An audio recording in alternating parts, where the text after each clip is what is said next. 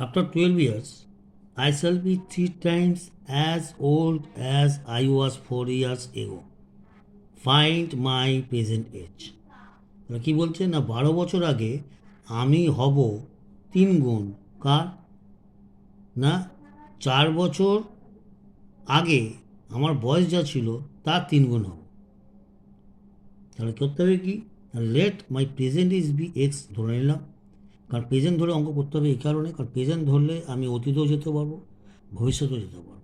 তাহলে according to the problem, তাহলে কী বলেছে, আফটার 12 ইয়ার্স, তার মানে এক্স প্লাস 12, এই বয়সটা বলেছে 3 times of 4 years ago age, তা এজ অফ 4 ইয়ার্স, তাহলে এজ অফ 4 ইয়ার্স এগো, তাহলে কী হবে না, এক্স মাইনাস 4 হচ্ছে আমার বর্তমান বয়স এক্স, 4 বছর আগে নিশ্চয়ই এক্স মাইনাস 4, তাহলে তার 3 টাইমস মানে 3 গুণ।